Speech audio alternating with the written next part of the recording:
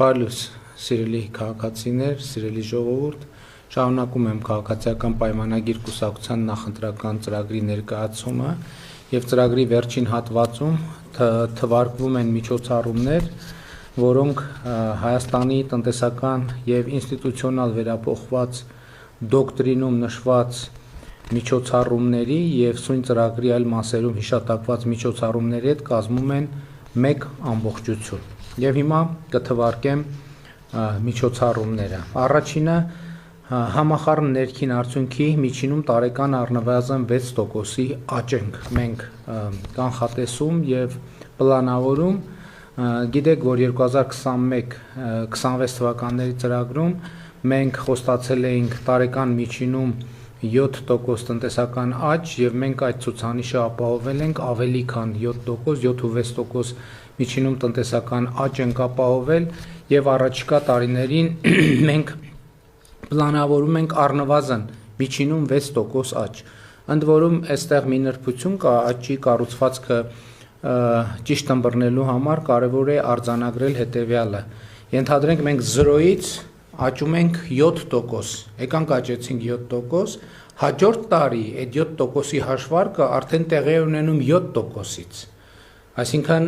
7%-ն է դառնում հենման կետը, 7%-ի վրա էլի 7% կամ հաջորդի 6%, հաջորդը արդեն 2 տարվա 7%-ի վրա է հաշվարկվում հաջորդ 7%-ը եւ այդպես շարունակ։ Եվ նաեւ ուզում եմ արձանագրել, որ 2018 թվականից մինչև 2025 թվականը Հայաստանի իրական ՀՆԱ-ն աճել է 53%-ով, այսինքն մեր տնտեսությունը կիսով չափ 2018 թվականից ի վեր մեծացել է։ Ընդ որում սա իրական աճի մասին է, կա անվանական աճ, որի մեջ հաշվում է նաև գնաճի տրամաբանությունը, գնաճի հաշվարկը, բայց դա պարզ է գնաճը իրական աճ չի համարվում եւ մենք խոսում ենք իրական աճի մասին։ Հաջորդ կետը մեր արդյունաբերական արտադրանքի թողարկման ծավալների 50% ավելացում ներկայիս 3.3 տրիլիոն դրամից հասնելով մինչև 5 տրիլիոն դրամի։ Իհարկե մենք այստեղ նախատեսում ենք, որ մեր երկրում արդյունաբերությանը պետք է աջակցենք ամենատարբեր ծրագրերով, մինչև հիմա էլ աջակցել ենք եւ իհարկե մեր տնտեսական աճի մի որոշակի հատվածը արդյունաբերությունն է, այդ թվում մշակող արդյունաբերությունը։ Հաջորդը ՀՆԱ-ում ՓՄԶ-ների մասնաբաժնի աճ մինչև 40% 2024 թվականի 34.3%-ի համեմատ։ Մենք փոքր եւ միջին ձեռնարկություններին աջակցությունը պատկերացնում ենք նրանց մրցունակության եւ արդյունավետության եւ արդիականացման ճանապարհով։ Էլի ուզում եմ հիշեցնել նախորդ օրը իմ բերած օրինակը կրպակների վերաբերյալ, երբ որ երկու իրար հենց պատկից կրպակները, մեկի գործերը նույն գործունեությամբ են զբաղվում, մեկի գործերը շատ լավ են, մեկի գործերը շատ վատ են։ Այստեղ ինչի մասին է վկայում, որ բիզնես վարողի անհատական հատկությունները առաջինը, երկրորդն էլ արդյունավետությունը, ինչքան է էլեկտրաէներգիայի վրա գումար ծախսում, այլ ծախսերը կրճատելու ինչ տեղ եւ ընդունակություններ ունի, ինչ սարքավորումներ է օգտագործում եւ այլն եւ այդպես շարունակ, եւ մենք իհարկե այս իմաստով արդիականացման եւ մրցունակությունը բարձրացնելու իմաստով լինելու ենք փոքր եւ միջին ձեռնարկությունների կողքին, իհարկե այստեղ որտեղ հնարավորություն կա նաեւ ծախսերը կրճատելու ուղղությամբ միջոցներ կձեռնարկենք։ Նաև ուզում եմ հիշեցնել կամ ընդգծել, որ վերջին անգամ Մալաթիա Սեբաստիա վարչական շրջան կատարած այցի ընթացքում, երբ որ մենք տնտեսվարողները հարց բարձրացրեցին, այսպես ասած, քաշի գնի հետ կապված, մեր պետական կարգավորումներում այդպիսի հասկացություն չկա եւ դա, այսպես ասած, խոսակցական արտահայտություն էր։ Ես հանձնարարեցի պետական եկամուտների կոմիտեին, որպեսզի պարզեն, թե ինչի մասին է խոսքը, նո այդտեղ որոշակի կոմբինացված տրանսպորտային եւ ոչ տրանսպորտային ծախսեր կան եւ մենք այդ ուղղությամբ գնացել ենք եւ Առաջիկայում պետական եկամուտների կոմիտեն կտեղեկացնի, եթե արդեն չի տեղեկացրել, որ այն ինչ մեր հարգելի ձեռնարկատերերը փոքր եւ միջին բիզնեսով զբաղվող անվանում են քաշի գին, այդ քաշի գինը առաջիկայում մինչև 30% կնվազի։ Մեր 4-րդ կետը հետևյալն է. 20,000 նորագույն մեքենասարքավորումներով եւ դրանց բաղկացուցիչներով տնտեսության արդիականացում ներառյալ 3,000 գյուղատնտեսական տեխնիկան եւ 2,000 ագրովերամշակման սարքավորումները։ Սա մեր լիզինգի հայտնի ծրագրի շարունակությունն է։ Դուք գիտեք, որ 2018 թվականից գործող լիզինգի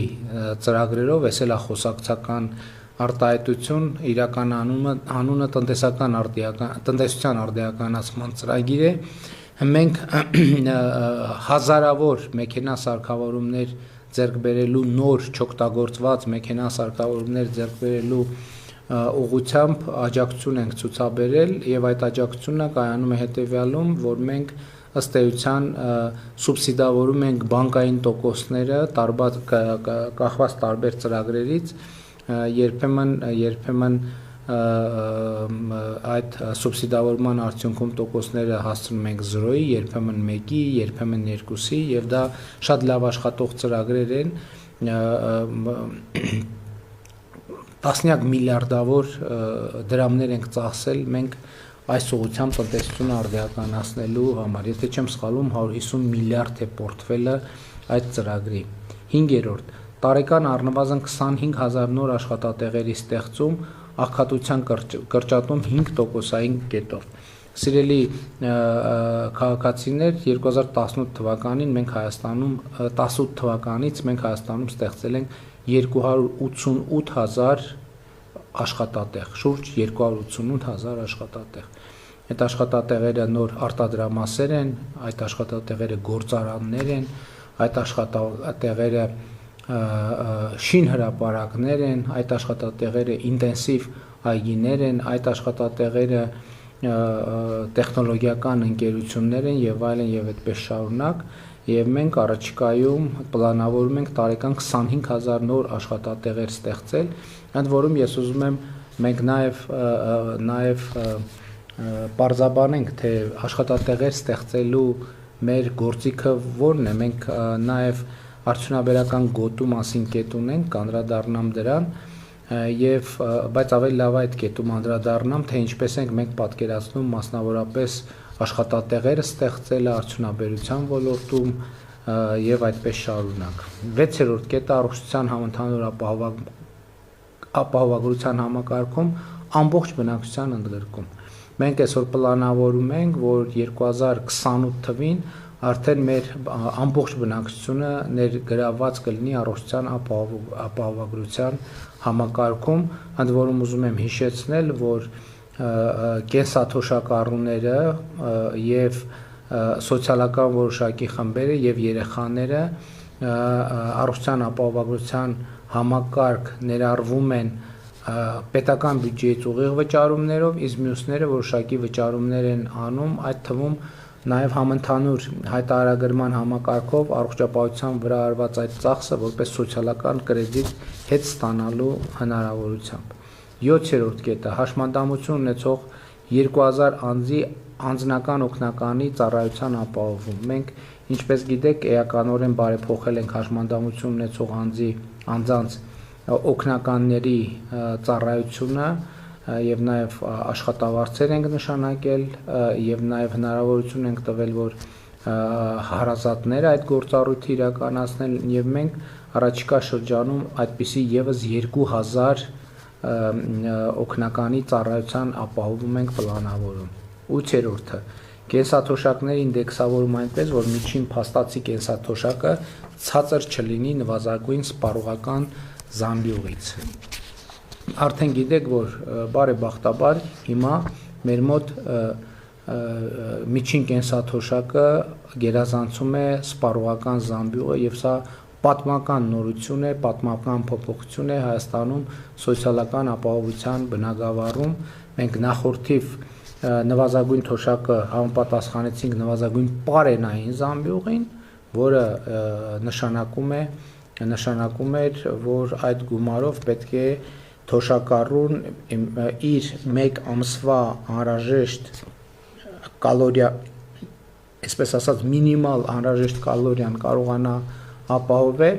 եւ հիմա արդեն մի քանի տարի անց ներառյալ կենսաթոշակների հետ վճարի համակարգը մենք կենսաթոշակը պահում ենք, միջին կենսաթոշակը բարձր ենք պահում, բարձրացրել ենք արդեն երբեմն 10%-ով նվազագույն սպառողական զամբյուղից։ Հիմա մենք ինչ ենք ասում ենք, իհարկե գնաճային երևույթներ կլինեն, դա անխուսափելի է, մենք կենսաթոշակները 2028 թվականից սկսած, որպեսզի նախորդ շրջանի գնաճային հաշվարկները ամբողջական լինեն, կինդեքսավորենք այնպես, որ կենսաթոշակը այլևս Հայաստանում նվազագույն սպառողական զամբյուղից ցածր չի լինի։ Իհարկե կաշխատենք նաև ըստ հնարավորի, ըստ մեր համատեղ աշխատանքի, ըստ մեր վերցրած ՀԴՄ-ների, ըստ մեր վճարած հարկերի, ըստ մեր կատարած աշխատանքի, նաև հնարավորության դեպքում բարձրացնել ավելի թոշակը, բայց նաև ուզում եմ մի հարցի անդրադառնալ, վերջին օրերին շատ բուռն քննարկումների տեղիք է տալիս իմ այն արտահայտությունը, թե ավելացված թոշակով այն, որ ապրիլի 1-ից ավելացրել ենք, մեր թոշակառուները կարող են լառնակա, օրինակ, տոմս գնել ինքնաթիռի, որովհետև տոմսերի արժեքները տատանվում են 2 եվրո, 5 եվրո, 10, 15 եվրո եւ այլն, եւ դա բուռն քննարկումների տեղիք է տվել, թե ինչքանով է նման արտահայտություն անելը կոռեկտ, ես հիմա ասեմ ինչու է կոռեկտ։ Վերջին շրջանում, երբ որ մենք մարզերով այցելություններ ենք անում, բազմաթիվ թոշակառուներ մեզ ասում են հետևյալը, որ մենք նախկինում 30,000, 40,000 դրամ ծախսում էինք առողջության ապահովագրության վրա, դեղերի վրա, իսկ այժմ առողջության ապահովագրության առկայության պայմաններում այդ գումարները մնում են մեր գրպանում։ Հիմա ես ուզում եմ ասել հետևյալը, որ այո, այսօր հնարավոր մենք ապրիլի 1-ից 10,000 դրամով ավելացել է կենսաթոշակը, նաև ետ վճարի հնարավորություն կա, երբեմն 5,000, երբեմն 7,000, երբեմն 10,000, այսինքն 20,000 դրամով ակնհայտորեն կարելի է ձեռք բերել 3, 5, 10 եվրոյանոց տոմս դեպի լառնակա, օրինակ, եւ այդ դեղերի վրա նախկինում ծախսված գումարները կարելի է ծախսել օրապահիկի եւ այլ ծախսերի վրա։ Ես հիմա ամենայն լրջությամբ ուզում եմ կոչ անել մեր թոշակառուներին, այդ չուզողներին ի հակառակ ես կոչ եմ անում, որպեսզի մեր թոշակառուները այդ դեղերի գումարները մի կողմ դնեն եւ առաջիկա ամռան ընթացքում օգտվեն առիթից կամ գուցե օգոստոսին, աշնան, սեպտեմբերին, երբ որ սեզոնը այդպես ակտիվ չի, եւ այո, սկսեն ճամփորդել, որովհետեւ ես կարծում եմ, որ ինչպես աշխարհի շատ երկրների թոշակառուներն են վարվում, մեր թոշակառուներն էլ արդեն շատ քիչ, շատ համեստ ծավալներով կարող են սկսել ճամփորդել։ Մենք ընդհակառակը հիմա մենք հետադարձ հիպոթեկի մասին օրենքը երբ որ ընդունենք, մեր թոշակառուները շատ ավելի հանգիստ եւ շատ ավելի վստահ կարող են ճամփորդել, եւ ես մեր թոշակառուներին կոչ եմ անում չլսել այդ չուզողների ձայները, որոնց կանխավարկածներն է, որ թոշակառուն թոշակի տարիքի անցավ պետք է տանը նստի, առավելագույն շարժման միջավայրը այդ բակն է եւ բակի զրուցարանն է եւ այդպես շարունակ։ Ոչ, սիրելի թոշակառուներ, հենց իմ նշած 150,000 մարդ այս տրամաբանության մեջ գտնվող այսօր Հայաստանում կա, ելի եմ ասում, որ նախկինում 30, 40, 50,000 դրամ ծախսում էր դեղերի վրա, հիմա առողջության ապահովագրությունը մասամբ կամ ամբողջությամբ այդ ծախսերը հոգում է եւ այսօր Հայաստանում կարելի է 2, 3, 5 եվրոյով ավիատոմս գնել իհարկե այստեղ նաև անհրաժեշտ է որոշակի հմտությունների տիրապետել on-line տոմս գնելու եւ մենք կարող ենք մտածել այդ մասին արդեն այո սա շատ կարող է մեր նախորդիվ պատմության դիտանկյունից շատ տարօրինակ հնչում բայց ես մեր այդ խմբի բոլոր թոշակառուներին կոչ եմ անում անպայման մտածել այդ մասին 9-րդ կետը մեր նախընտրական ծրագրի միջոցառումների հետևյալն է Թրամփի ուղի հանուն միջազգային խաղաղության եւ բարեկեցության ներդրումային նախագծի իրագործման աշխատանքների մեկնարկ առնվազն երկաթուղային էլեկտրահաղորդման ենթակառուցվածքի գործարկում մենք առաջիկա տարիներին մենք 2026 թվականին արդեն համոզված եմ գետնի վրա կսկսենք աշխատանքները եւ իմ հաշվարկով ամենաարագը կլինի էլեկտրահաղորդման գծերը շահագործման հանձնելը եւ միջայլոց սա էլ այս նախագիծն էլ բազմաթիվ աշխատատեղեր է ստեղծելու եւ ես հույս ունեմ որ մենք կապահովենք աշխատատեղերը Հայաստանի Հանրապետության քաղաքացիների միջոցով եւ ընկերությունները ստիպված չեն լինի այլ երկրներից աշխատուժ ներգրավել հաջորդը 10-րդը Գյումրի-Թուրքիայի սահման եւ Երաստ-Նախիջևան սահման երկաթգծի հատվածների վերակառուցում մենք նույնպես սա շատ արագ 1-1.5 տարվա ընթացքում կանենք 11-րդը Զվարթնոց օդանավականի երկրորդ տերմինալի կառուցում մինչև 2033 թվականը տարեկան ուղևորահոսքի թողունակության ավելացմամբ Սիրելի քաղաքացիներ ուզում եմ իմանաք որ Զվարթնոց օդանավականի երկրորդ տերմինալի կառուցումը ել հնարավոր չի լինի հետաձգել որովհետև ըստ էության մեր օդանավակայանում համարյա թե այնպիսի խցանումներ են ինչպես Երևան քաղաքում պիկ ժամերին եւ մեր օդանավակայանը հազիվ է շատ լարվածությամբ է կարողանում ուղևորահոսքերը ապահովել եւ ըստ էության այն պլանային թվերը, որոնք նախատեսված են եղել օդանավակայանի այս տերմինալի համար, ըստ էության այդ թվերին կամ արդեն շատ մոտ են երբեմն էականորեն գերազանցում են 12-րդ կետը Սյունիք օդանավակայանի վերակազմավորում որպես միջազգային օդանավակայան մենք Սյունիք օդանավակայանին կապանի պետք է տանք միջազգային օդանավակայանի կարգավիճակ եւ այդ գործընթացը արդեն սկսվել է եթե իհարկե որոշակի չափի օդանավեր Սյունիք օդանավակայանը հիմա էլ կարողանում է ընդունել եւ եթե անհրաժեշտություն լինի նաեւ որոշակի թռիչքուղու կարողությունների մեծացման ուղղությամբ աշխատանքներ կիրականացվեն որպեսզի ավելի մեծ օդանավեր ընդունելու հնարավորություն ունենա եւ մեր հաշվարկները ցույց են տալիս որ Սյունիք օդանավակայանը նաեւ միջազգային թռիչքներ իրականացնելու բավականին մեծ պոտենցիալ ունի Հաջորդ կետը 13-րդ Մեղրի ագարականացման կետի սահմանային արդիականացում յուրաքանչյուր ուղղությամբ 5 անցուղով գործող երկուսի փոխարեն Բագրատաշենի անցման կետի արդիականացում յուրաքանչյուր կողմում 10 անցուղով այսինքն մենք եւ հարավային եւ հյուսիսարևելյան սահմանային անցման կետերը պետք է ընդլայնենք որովհետեւ ակնհայտորեն նաև ապրանքաշրջանառությունը, տրանսպորտային շրջանառությունը մեծանում է եւ մենք պետք է համապատասխանաբար զբաղվենք դրանով։ 14-ը 4 թունելների, Քաջարանի թունելի կառուցման, Դիլիջանի թունելի կառուցման, Բարգուշատի թունելի կառուցման, Պուշկինի թունելի վերակառուցման աշխատանքների մեկնարկ 2033-ին ավարտելու նպատակադրումով։ Այստեղ շփոթություն չկա Դիլիջանի թունելի դեպքում մենք խոսում ենք կառուցման մասին, ես հանձնարարական էի տվել, որպեսզի Դիլիջանի թունելը ժամանակակից չափանիշներով մենք արդիականացնենք եւ երբ որ գնացինք այդ ճանապարհով, պարզվեց, որ ժամանակակից ստանդարտներով թունելը անպայման պետք է ունենա երկրորդ վթարային անցուղի եւ ստացվեց այնպես, որ մենք արդիականացնելու համար այսպես թե այնպես երկրորդ թունելը պետք է կառուցենք այդտեղ եւ մեր հիմա մտածածն է որ մենք կառուցել ուրեմն միանգամից եղած թունելը կունենա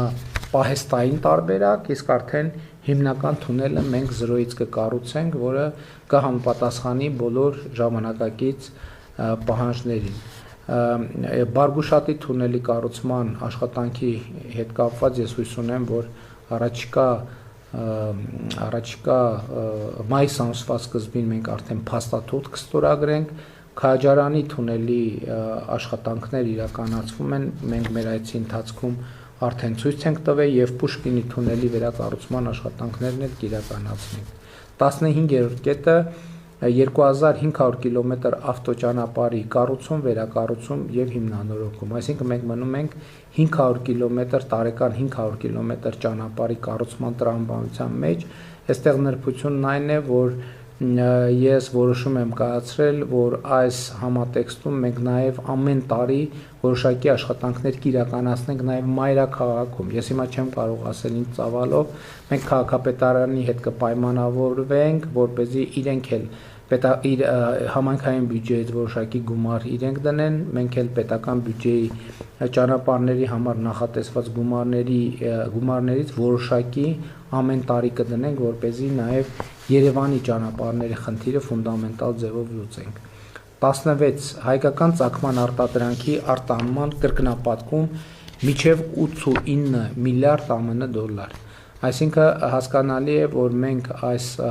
ծրագիր իրականացնելիս պետք է խթանենք նոր արտադրությունների, նոր արտադրամասերի, գործարանների ստեղծումը, որպեսզի լինի արտադրանք, որը մենք կարողանանք արտահանել։ Եղած գործարանների, կարողությունների մեծացման շուրջ մենք կաշխատենք, որպեսզի ծավալներ լինեն, որովհետև արտահանման խթանման ճանապարհին մենք երբեմն բախվում ենք հետևյալ խնդրի, որ մեր արտադրությունները երբեմն ծավալը ապահովելու հետ կապված են խնդիր ունենում, այսինքն որակի չափանիշների հետ կապված խնդիրներ չեն լինում, մարդիկ ապրանքները հավանում են, բայց մեծ ցանցերը այնպիսի ծավալներ են ուզում, որ մեր գործարանները, արտադրամասերը ի վիճակի չեն այդքան արտադրել եւ մենք նրանց այդ թվում լիզինգի ծրագրով աջակցում ենք, որպեսզի նրանք մեծացնեն իրենց արտադրանքի ծավալները։ Հաջորդը առնվազն 10 միջազգային հավատարմագրված որակի ստուգման լաբորատորիաների հիմնում։ Սա շատ կարևոր կետ է, որպեսզի մեր որևէ արտադրանք այլ երկրներում որակի ստուգման թեստերը չձախողի։ Դրա համար մենք պետք է այդ ստուգումներ իրականացնենք Հայաստանի Հանրապետությունում եւ մեր տարածքից բաց թողենք այն ապրանքները, որոնք համապատասխանում են չափանիշներին եւ որի որակի վերաբերյալ մենք նույնպես կարող ենք պատասխանատվություն ստանձնել եւ իհարկե էականորեն ավելի ամուր պաշտպանել մեր արտադրողների շահերը։ 18-րդ կետը կենսաչափական անձնագրերի համակարգի ներդրում եւ դրա հիման վրա սահմանների հատման տեխնոլոգիական ժամանակակից լուծումների ներդրում։ Մենք արդեն ավարտում ենք կենսաչափական անձնագրերի համակարգի ներդրման նախապատրաստությունը, առաջիկա օրերին մենք կներկայացնենք ձեզ մեր նոր կենսաչափական անձնագրերի մասին տեղեկատվություն, ներառյալ թե ինչ դիզայն ենք պատկերացնում, ինչ ձևավորում ենք պատկերացնում, եւ սա շատ կարեւոր նորություն է, եւ ես հաջորդ կարեւոր նորությունն այն է, որ կենսաչափական անձնագրերի համակարգի ներդրման պահից կամ դրանից 1, 2, 3 ամիս անց կենսաչափական անձնագիր ունեցող քաղաքացիները Զվարթնոց օդանավակայանում կամ մեր սահմանային անցակետերը անցնելիս որևէ կոնտակտ չեն ունենա սահմանապահ ծառայության հետ։ Նրանք իրենց անձնագրերը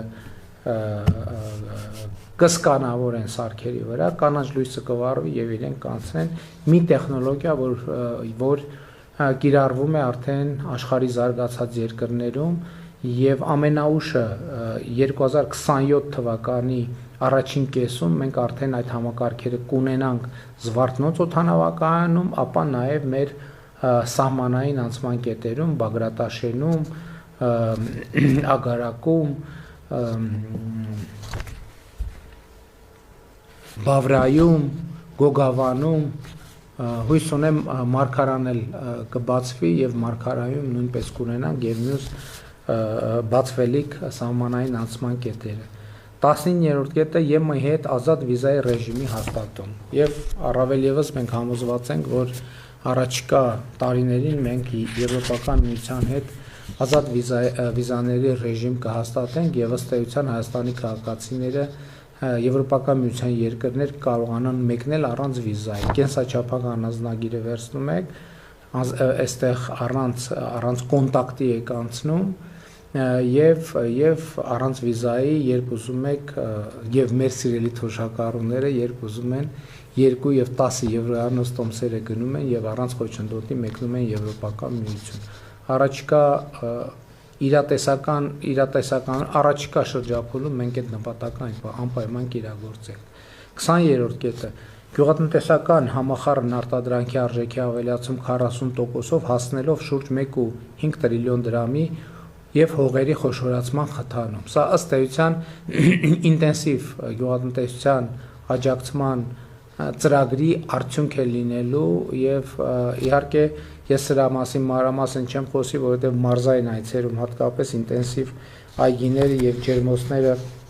լայնորեն ցույց ենք տալիս եւ հույս ունեմ հավանում եք 21-րդ տարեկան առնվազն 1500 հեկտար ինտենսիվ այգիների հիմնում Նախորդող շրջանում մենք տարեկան 1000 հեկտար այգիների ինտենսիվ այգիների հիմնման հասել ենք, նույնիսկ ավելին քան 1000 հեկտարը, բայց մենք 1000 հեկտար ենք պլանավորել, բայց ավելին ենք արել իրականում, առաջիկայում արդյունքները կամփոփենք եւ կներկայացնենք ձեզ, իսկ հաջորդ շրջանում արդեն տարեկան 1500 հեկտար ինտենսիվ այգիների հիմնում։ Ստեղ էլ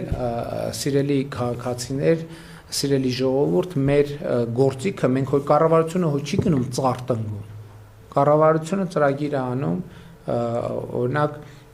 աջակցության ծրագրեր է իրականացնում, ոնց որոշ դեպքերում մարդը ինքը ծախս է անում եւ մենք ծախսերի որոշակի հետվճար ենք իրականացնում։ Լիզինգի ծրագրով վարկերի տոկոսների սուբսիդավորում ենք իրականացնում, որ 0% լինի վարկը եւ այլն եւ այդպես շարունակ։ Այսինքն մենք աջակցության ծրագրեր ենք իրականացնում քաղաքացիներին խթանելով, որ իրենք այդ բիզնեսների հիմնեն։ 22-ը 150 հեկտար արդիական ժամանակակից տեխնոլոգիաներով ջերմատների ստեղծում։ Նույնն է ջերմատների ծրագրերը, որը ես մարզային այցերի ընթացքում էլի լուսաբանել եմ, էլի շատ մանրամասն չեմ անդրադառնա։ Բոլոր այդ ջերմատները, որ այցելում ենք, վարդեր են, չգիտեմ, բանջարեղեն եւ այլն, այդ բոլորը կառավարության աջակցության ծրագրերով է իրականացվում եւ տնտեսության արդիականացման ծրագրով մենք տոկոսները սուբսիդավորում ենք, մարդիկ 0%-ով վարկեր են վերցնում եւ իրականացնում են այդ ծրագրերը։ 23 8000 հեկտար հողատարածքներում ջրախնայող տեխնոլոգիաների ներդրում։ Մենք առաջիկայում 8000 հեկտար հողերի վրա պետք է կաթիլային անձրևացման եւ այլ տեխնոլոգիաներ էլ կան, կարգավորիչ կայաններ եւ այլն, պետք է այս ռոռոկման նոր տեխնոլոգիաները ներդրենք։ 24-ը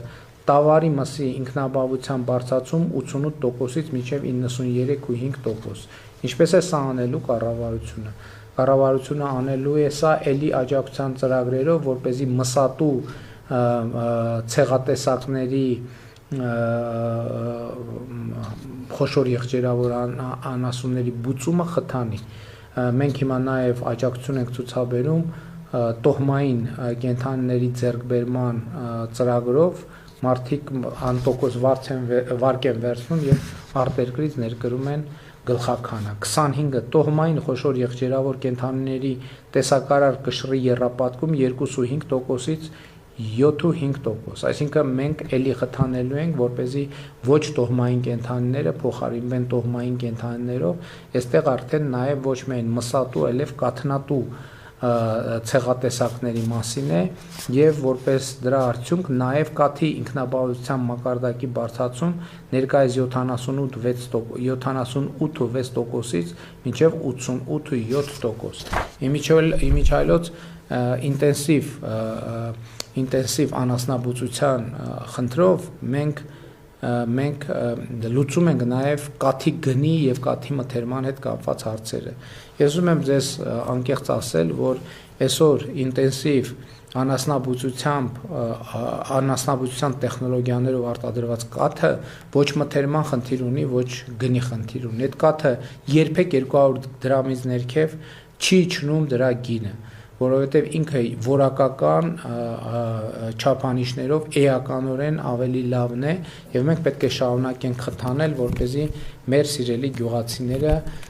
այս ուղղությամբ գնան եւ այս ուղղությունը զարգանա։ Տոհմային մանր եղջերավոր կենդանիների տեսակարարքշռի եռապատկում 2.5%-ից 7.5%-ի։ Մենք նախորդ շրջանում էլ ոչխարաբուծության եւ այծաբուծության շատ ինտենսիվ ծրագրեր ենք իրականացրել, բայց ցավոք արձագանքը դեռևս այնպիսին չի, մենք պետք է շարունակենք, որպեսզի նաեւ տոհմային այծաբուծությունը եւ ոչխարաբուծությունը Հայաստանում զարգանա։ 28-րդ կետ 50 խելացի անասնաշենքերի կառուցում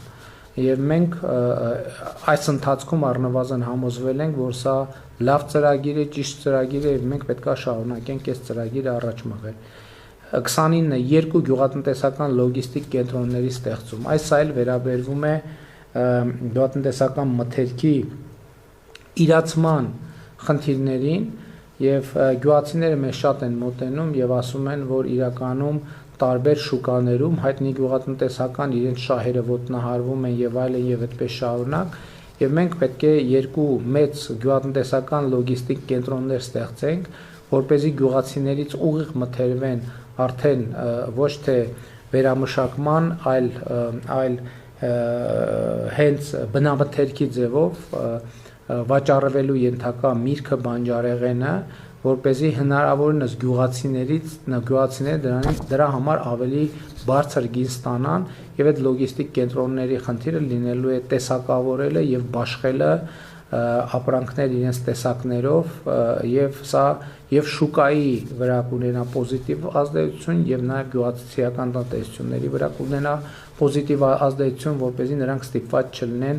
շուկաների այս հաստատված մի քիչ անարդար եւ անհասկանալի համակարգերի միջոցով վաճառել իրենց ապրանքը, այլ ավելի քաղաքակիրթ եղանակով դա իրականացնել։ Հաջորդը մենք կաջակցենք 25 սառնանային տնտեսության ստեղծումը կամ հզորացումը։ Սառնանային տնտեսությունները նույնպես գիտեք շատ կարևոր են մրգի եւ բանջարեղենի արտահանման եւ վաճառքի համար, ընդ որում դրանք ոչ միայն երկարաժամկետ պահպանման իմաստով են սառնարանները կարևոր, այլև արտահանումից առաջ որոշակի սառեցում են անցնում մրգերը եւ բանջարեղենները, որպեսզի նրանց դիմացկունությունը ճանապարհին եւ հետագայում վաճառասեղաններին ավելի բարձրանա։ 31-րդ կետը ներմուծվող թյունաքիմիկատների եւ պարտանյութերի որակի եւ վաճառքի վերահսկման համակարգին ներդրում։ Մենք պետք է այնպիսի համակարգ ներդրենք, որ երաշխավորենք, որ Հայաստանի Հանրապետություն չի կարող մուտք գործել վատ որակի պարարտանյութ, որի հետևանքները մենք ուշ ենք տեսնում եւ իհարկե այս խնդրում պետք է լինի լրջագույն պետական վերահսկողություն։ 32-րդ կետը 10 ջրամբարների կառուցման մեկնարկ 2033-ին ավարտելու նպատակադրումով։ Մենք արդեն մի քանի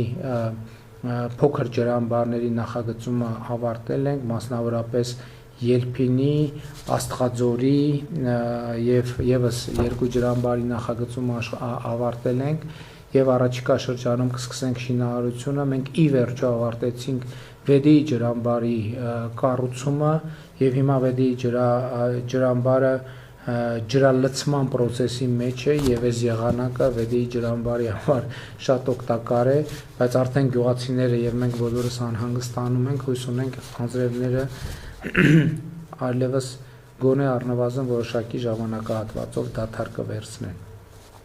33-րդ կետ 350 կիլոմետր ջրանցների եւ խողովակաշարերի կառուցում եւ վերակառուցում։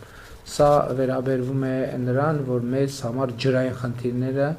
5 առաջնահերթությունների մեջ են լինելու։ Հաջորդը նույնպես դրա մասին է ռոռոկման ապահովում 10,000 հեկտար նոր հողերի համար։ Այսինքն մենք առաջիկա 5 տարվա աշխատանքի արդյունքներով պետք է 10,000 հեկտար նոր ռոռոկվող հողեր ունենանք։ 35-ը 24 ժամյա ջրամատակարարում Երևանում, Գյումրիում եւ Վանաձորում։ Մենք Հայաստանի ամենախոշոր քաղաքների 24 ժամյա ջրամատակարարումը ֆունդամենտալ ձևով պետք է փակենք, որպեսզի անցնենք նաև նույն տրամաբանությամբ հաջորդ բնակավայրերին։ 36-րդ կետը 50 առողջապահական կազմակերպությունների կառուցում վերազինում, այդ թվում 20 բժշկական կազմակերպությունների որակի ակրեդիտացում Եվրամիության կամ ԱՄՆ ստանդարտներով բուժաշխատողների մասնագիտական գիտելիքների եւ հմտությունների ԵՄ ստանդարտներին համապատասխանեցման գործընթացի մեկնարկ։ Իհարկե մենք առողջապահական այս փուլում 50 առողջապահական հաստատությունների կառուցում, վերակառուցումը, հիմնանորոգումը կավարտենք եւ նաեւ կսկսենք նոր 59-ը, այստեղ հիմնական հատվածով խոսք է գնում ամբուլատորիաների մասին նաեւ, բազմաթիվ գյուղերում մեր սիրելի հայրենակիցները բարձրացնում են ամբուլատոր հասանելիության հարցը եւ մենք այդ հարցը անպայման կլուծենք։ 37-րդ կետ UEFA-ի չափանիշներին համապատասխանող նոր ազգային ստադիոնի կառուցում 35,000 հանդիսատեսի համար ակադեմիական քաղաքում եւ եւս 2 ստադիոնի կառուցում առնվազն 10,000 հանդիսատեսի համար Վանաձորում եւ Իջևանում։ Ըստ էության եւ Վանաձորում եւ Իջևանում ստադիոն կառուցելու գործընթացը մեկնարկած է եւ նաեւ մեծ ազգային ստադիոն կառուցելու վերաբերյալ մենք բանակցություններ սկսել ենք եւ այս ուղղությամբ պետք է լուրջ միջոցներ ձեռնարկենք։ 38 Սպորտի միջազգային քարտեզում Հայաստանի դիրքի ամրապնդում յուրաքանչյուր տարի առնվազն 2 օլիմպիական մարզաձևերի միջազգային առաջնությունների եւ մրցաշարերի կազմակերպման միջոցով։ Այսինքն տարին առնվազն 2 կամ Եվրոպայի կամ աշխարհի առաջնություն պիտի ունենանք նախորդ շրջանում իհարկե դուք տեսել եք թե այս առումով ինչ ինտենսիվ է մեր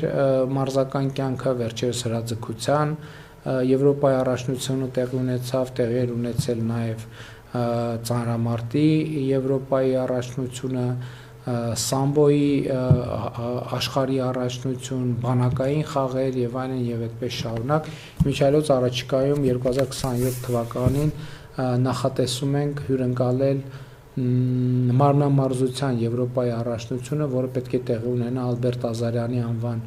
մարմնամարզության դպրոցում, որի կառուցումը շատ ինտենսիվ ընթացքի մեջ է, նրանք ովքեր Ծիծեռնակաբերդի խճուղով երթևեկում են, Հրազդան մարզադաշտի մոտ այդ ինտենսիվ շինարարությունը, որ երևում է, դա հենց Ալբերտ Ազարյանի անվան մարզադպրոցի կառուցումն է։ Առնվազն,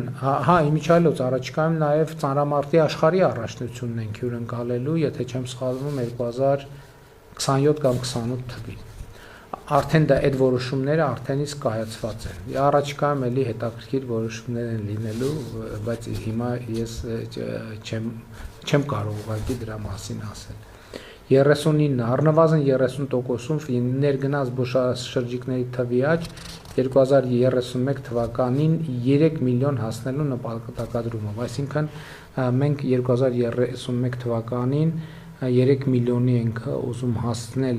զբոսաշրջիկների թիվը, հիմա 2 միլիոնը արդեն գերազանցում ենք ամեն տարի, մեզ մնում է, որ 3 միլիոնի ցուցանիշը գերազանցենք։ 40 Մշակութային զբոսաշրջության խթանում յուրաքանչյուր տարի առնվազն 2 համաշխարհային աստղերի հյուրախաղերի կազմակերպման միջոցով։ Դուք հիշում եք մեծ սկանդալը կապված Snoop Dogg-ի համերգի հետ, որը արդյունքում լավ եղավ, որ մենք հետևական գտնվեցինք եւ նախորդ մրցույթը շահած ընկերությունը նույնպես հետևական գտնվեց, ինչի համար շնորհակալություն եմ հայտնում եւ արդյունքում մենք ստացանք մի հսկայական նշանակության իրադարձություն Ջենիֆեր Լոպեսի համերգը Երևանի Հանրապետական մարզադաշտում եւ մենք հիմա հետեւյալ որոշումն ենք կայացրել ամեն տարի պետական բյուջեով մենք հատկացում ենք իրականացնելու մրցութային կարգով առնվազն 2 համաշխարհային աստղերի համերգներ են կազմակերպելու Հայաստանի Հանրապետությունում։ Հիմա բոլոր մեր հայրենակիցներին, ովքեր ասում են, թե մենք բյուջեում ավել փող ունենք, մենք էլ աստղ ենք հրավիրում, ուզում եմ ասել հետևյալը, որ մեր բոլոր հաշվարկները ցույց են տալիս, որ երբ որ այդ գումարը մենք ներդնում ենք այս նպատակի համար, այդ գումարի ծախսման արդյունքում այնքան զբոսաշրջիկներ են գալիս եւ այնքան գումար են ծախսում, որ Հայաստանի Հանրապետությունը լիուլի ամբողջությամբ հետ է բերում այդ գումարը։ Մի մասը ուղիղ վերադառնում է պետական բյուջե, մի մասն էլ այլ գնում է փոքր եւ միջին բիզնեսին կամ բիզնեսներին ընդհանրապես, տաքսիներին եւ այլն եւ այդպես շարունակ, եւ այս գումարը իրականում մենք ծախսում ենք նույնպես Հայաստանի Հանրապետության քաղաքացիների համար։ Էլ չեմ ասում, որ Հայաստանի իմիջն է բարելավում դրանով եւ որը իր հերթին այդ համերգներից դուրս մեծացնում է զբոսաշրջիկների հոսքերը եւ նաեւ այս միջոցով մենք պետք է զբոսաշրջիկների թիվը հասցնենք 3 միլիոնի։ Հաջորդը ՅՈՒՆԵՍԿՕ-ի համաշխարհային ժառանգության նախնական ցանկում 5 հուշարձանների եւ հիմնական ցանկում 1 նոր Ուրեմն նախնական ցանկում 5 հուշարձան եւ հիմնական ցանկում 1 նոր հուշարձան գրանցման խնդիր ենք դնում, որը նույնպես մեր զբոսաշրջության ծավալները մեծացնելու է։ Եվ իհարկե մեր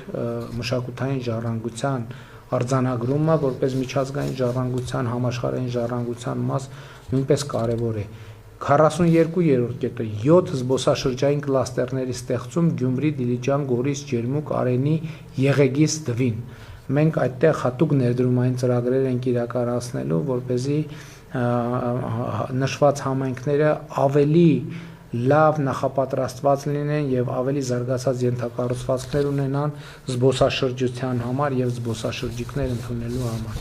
43-ը առավել վտանգված հուշարձանների նորոգման եւ վերականգնման 30 գիտանախագծային փաստաթղթերի մշակում եւ 40 պատմամշակութային հուշարձանների նորոգում, ամրակայում եւ վերականգնում։ Ու մենք այս process-ները շատ մեծ թափով հիմա էլ իրականացնում ենք Հայաստանի Հանրապետության պետական բյուջեով ահռելի միջոցներ ենք տրամադրում հուշարձանների պահպանման եւ վերականգնման համար, օրինակները գիտեք, Բջջնի եկեղեցի, Բջջնի ամրոց, Սրվեղի վանքը,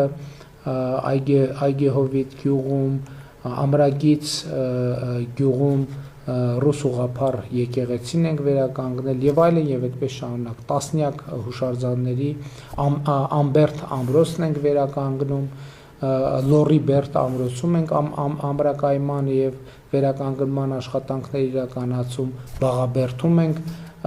պեղումներ իրականացնում, որի արդյունքում նաեւ վերականգնման աշխատանքներ կիրականացվեն եւ այդպես շարունակ։ 44 Հայաստանի պատմության թանգարանի ցուցադրական մակերեսի ստորգետնյան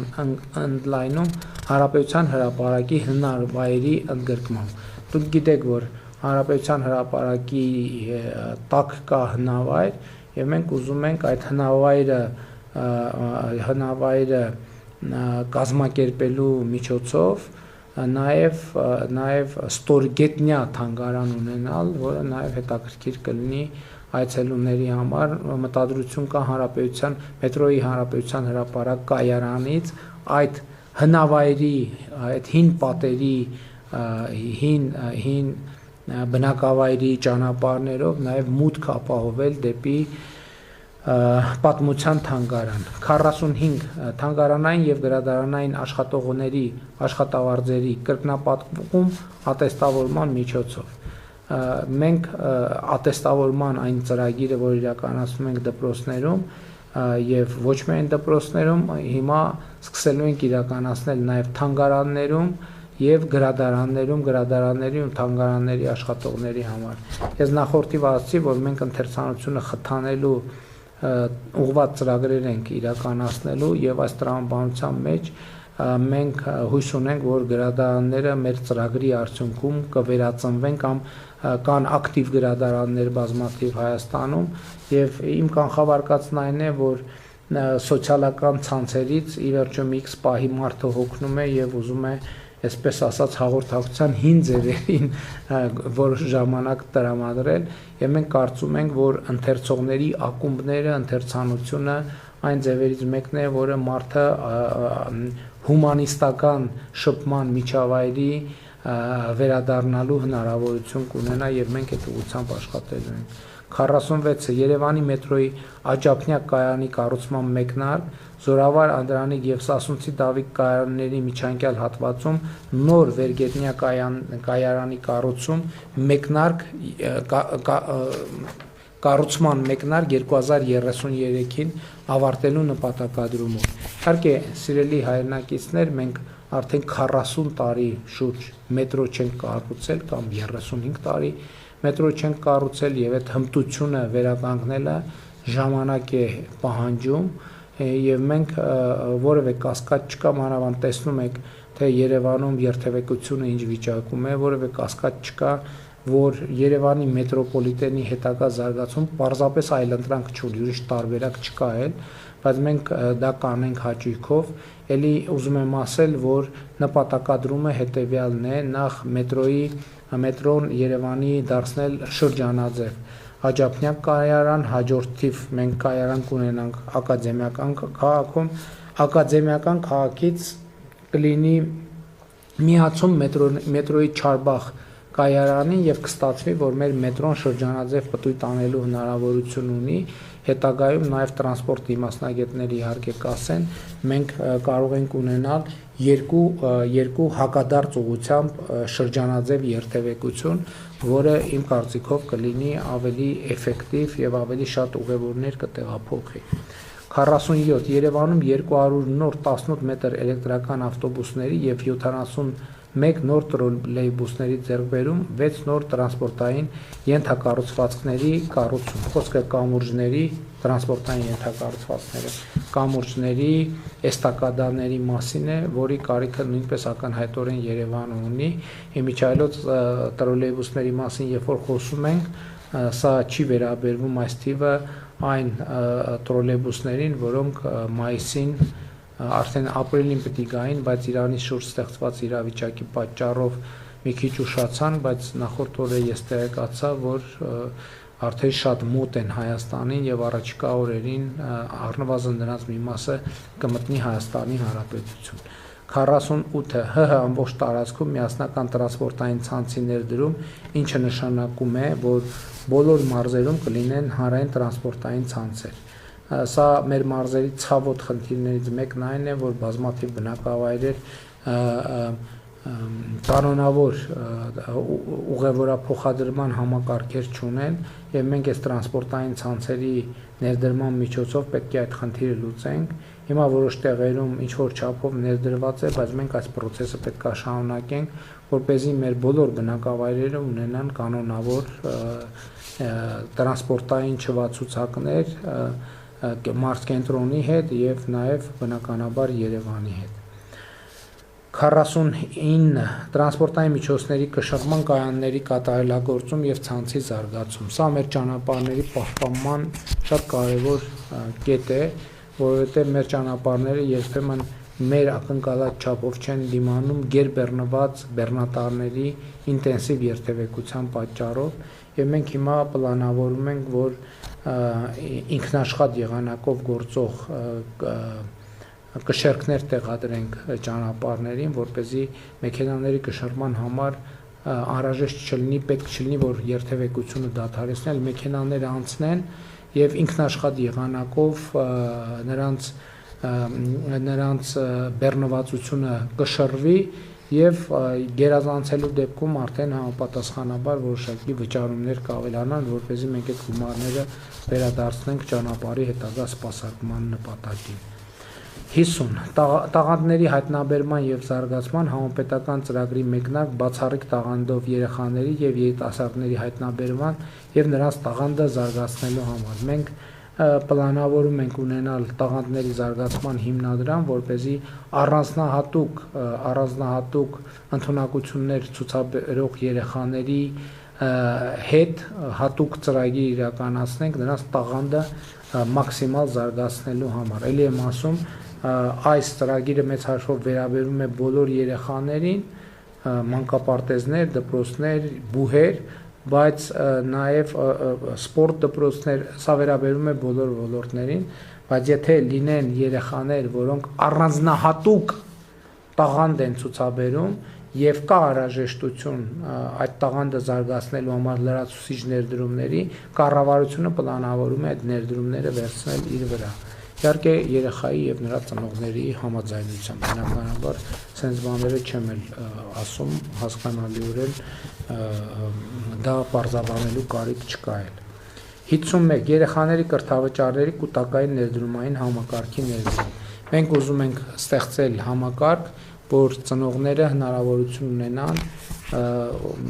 առավել շահավետ պայմաններով իրենց երեխաների կրթության համար հաշիվներ բացել, ներդրումներ անել եւ որպեսզի հետագայում իրենց երեխաները կրթություն ստանալու ճանապարհին խնդիրներ չունենան։ Խոսքը իհարկե Հայաստանում արդեն ասացի, որ մենք բուհերը ակադեմիական քաղաքում կդարձնենք կրթությամբ զբաղվող ուսանողների համար ըստ էության անվճար, բայց նաև այն ծնողները, ովքեր կուզեն, որ իրենց երեխաները համաշխարհային top բուհերում սովորեն, հնարավորություն կստեղծենք որոշակի շահավետ պայմաններում նման նպատակին ծառայելու հիմնադրամներ ստեղծել։ Իմիջայլոց ակադեմիական քաղաքի համատեքստում շատ քննարկվում էր նաև մարզային բուհերի հետ կապված հարցերը եւ մենք նաև մեր միջազգային խորհրդատուների հետ աշխատելով արդեն իսկ ունենք նախնական պատկերացում, որ մենք որոշակի ուղղությունների բուհեր կունենանք նաև մարզերում, իհարկե որոշակի տրամաբանությամբ եւ որոշակի մասնագիտություններով, որովհետեւ մեր միջազգային գործընկերների փորձը մենք ուսումնասիրել ենք եւ նրանք ասել են, որ բոլոր դեպքերում եւ որոշակի պահանջարկ լինելու է մարզերում, որոշակի մարզերում բուհեր ունենալու որոշակի պրոֆիլների եւ սա կարծում եմ բոլորիս համար լավ լուր է, որովհետեւ մենք մարզերում նաեւ որոշակի մասնագիտություններով բուհեր կունենանք, որոնք դուրս կլինեն ակադեմիական քաղաքից, բայց դա հետագայում ավելի մանրամասն մենք այդ թեմային կանդրադառնանք։ Հայաստանի տարբեր համայնքներում եւս 30 երիտասարդական կենտրոնների ստեղծում։ Էլի մանրամասներ չեմ ասի, որովհետեւ եւ նոյեմբերյանում եւ Աղավնաձորում եւ Արարատ համայնքում մենք երիտասարդական կենտրոններ այցելել ենք, տեսել ենք, որ նրանք նորմալ աշխատում են։ Մենք այս ծրագիրը կշարունակենք եւ եւս 30 տեղում 30 համայնքներում կստեղծենք երիտասարդական կենտրոններ, ավելի ճիշտ կաջակցենք կենտրոնների ստեղծմանը։ 53 100 կոմբինացված մարզահրապարակների կառուցում հանրապետության բոլոր համայնքներում։ Այս կետի հեղինակները երեխաներն են, ում հետ մեր շփումները վերջին մարտ ամսվա ընթացքում, ապրիլ ամսվա ընթացքում նրանք ձևավորեցին պահանջարկ եւ մենք պարտավորվում ենք 100 համայնքներում ստեղծել կոմբինացված մարզահրապարակներ ֆուտբոլի եւ մինի ֆուտբոլի եւ բասկետբոլի։ Մենք իհարկե տեղադիրքերը կընտրենք այնպես, եթե մոտակայքում չկա դպրոց, նորակառույց, որտեղ երեխաները կարողանան զբաղվել սպորտով, մենք անպայման սա կիրականացնենք։ Կարծում եմ 100-ը շատ լավ թիվ է, որպեսզի մենք հանրապետությունում ըստ էության առնվազն առաջին մեծ պահանջարկը բավարարենք։ 54 լեզվի ոլորտում պետական հստակ հայեցակարգի սահմանում եւ իրագործում, բարձրացնելով հայերենի թվային կենսունակությունը, հայերենի առցած դասավանդման եւ ստուգման գործիքակազմերի, հայերեն շտամարանների եւ թվային բառարանների զարգացման միջոցով։ Այս ծրագրի նպատակներից մեկն էլ այն է, որպեսզի արհեստական բանականությունը հնարավորինս բարձր որակով կարողանա աշխատել հայերեն եւ ընդհանրապես թվային հարթակներում հայերեն սովորելու պլատֆորմները եւ մեխանիզմները զարգանան։ 55 նորագույն տեխնիկական կարգավորումներին օտար լեզվով ՀՀ-ում իրավական ուժ տալու իրավական հնարավորության նախատեսում 1 տարվա ընթացքում հայերեն թարգմանելու պայմանով։ Սիրելի քաղաքացիներ, շատ գիտեք, որ տեխնոլոգիաները զարգանում են, իրենց հետ բերում են նոր հասկացություններ, նոր տերմիններ եւ երբեմն այդ կարգավորումները տեղայնացնելու համար մենք ունենում ենք մի խոչընդոտ, պարզապես թարգմանելը չի ստացվում, որովհետև հայերենում դեռևս այդ բաները տերմինաբանությունը չկա։ Հիմա մենք ինչ ենք ասում ենք որոշ կարգավորումներ մենք Հայաստանում ներդրենք տեխնոլոգիական ոլորտների եւ նաեւ որոշակի ժամանակ մենք տրամադրենք միջև հայերենում այդ նոր բառերը կձևավորվեն եւ թարգմանությունը հնարավոր կլինի, որպեսզի տեխնոլոգիական ներդրումների համար մենք այս խնդրի պատճառով խոչընդոտներ չստեղծենք։ 56 երկրի դիտարկման 2 եւ հեռահաղորդակցության 1 տիեզերական արբանյակի ձեռքբերում եւ շահագործում։ Մենք պետքա մինչև 2031 թվականը ունենանք 3 արբանյակ երկրի ուղեծրում, որպեսզի մեր հեռահաղորդակցության եւ նաեւ մեր երկրի տարբեր կարիքների համար օգտագործելու, այդ թվում գյուղատնտեսության, գյուղատնտեսական հողերի մշակման եւ վիճակագրության, այդ թվում մինչև հիմա օրինակ Հայաստանում բանավեճեր կան, թե Հայաստանում ինչքան խաղողի այգի կա, ինչքան ծիրանի այգի կա, արբանյակային նկարները եւ արհեստական բանականությունը մի օրվա ընթացքում այդ թվերը մեզ կտան եւ անընդհատ ցանկացած պահի, երբ որ մենք ուզենանք, այդ թվերը կունենանք։ Նույնը վերաբերվում է ենթակառուցվածքներին, ճանապարհները ինչ վիճակում են, անտառները ինչ վիճակում են եւ այլն եւ այդպես շարունակ։ Հետևաբար մենք պլանավորում ենք ունենալ 2 + 1 արբանյակ, մեկը հեռահաղորդակցության, երկուսը դիտարկման, այսինքն որպեսզի մենք կարողանանք մեր ենթակառուցվածքներին, նաև մեր երկրի տարբեր խնդիրներին արբանյակից հետևել, տիեզերքից հետևել։ 57 կիբերպաշտպանության ազգային կենտրոնի ստեղծում եւ տեխնիկական եւ կիբերանվտանգության կարողությունների զարգացում։ Նախորդ օրերին ես այս թեմայով խոսել եմ բազմիցս։ 58 թվայնացման հանրային ծառայությունների միասնական մուտքի հարթակում տվյալը մեկ անգամ սկզբունքի հիման վրա օգտագործողների թվի շարունակական աճի ապահովում մինչև 300,000 մարդ։ Սա ինչ է նշանակում, որ մենք այս համակարգով քաղաքացուց տվյալը մի անգամ ենք ուզելու, հետագա ամբողջ կյանքի ընթացքում ինքը ինչ պետական մարմին գնա, այնտեղ որտեղ փաստաթուղթ եւ այլ տվյալներ են պահանջվում, քաղաքացուց այլևս ոչ մի տվյալ չպետք է ուզեն, որովհետեւ այդ տվյալները արդեն ներբեռնված կլինեն եւ հասանելի կլինեն պետական մարմիններին։ 59 պետական եւ տեղական ինքնակառավարման մարմիններում միասնական նույնականացման ծածկագրերով, հասկացություններով, սահմանումներով եւ դասակարգումներով թվայնացված վարչական ռեգիստրների ձևավորման ամբողջականացում եւ դրանց հիման վրա ինտեգրված միասնական պետական վարչական տեղեկատվական համակարգի գործարկում 2031 թվականին։ Սա էլ թվայնացման թեման է, արդեն համայնքների մակարդակում մենք էլի ուզում ենք այնպես անենք, որպեսզի համայնքներում մարդկանց հետ աշխատանքում թղթահարությունը հասցվի 0-ի եւ մարդիկ անընդհատ տեղեկանքներ տանել բերելու անհրաժեշտություն չունենան։ 60-րդ կետ խաղային ոլորտի մոնիթորինգային կենտրոնի ամբողջության գործարկում մինչև 2027 թվականը։ Սա մի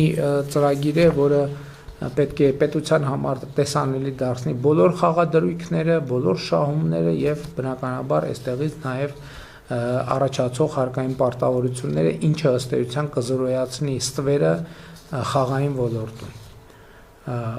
Կապիտալի 61 կապիտալի շուկայի արժեքի կրկնապատում 2025 թվականի 664 միլիարդ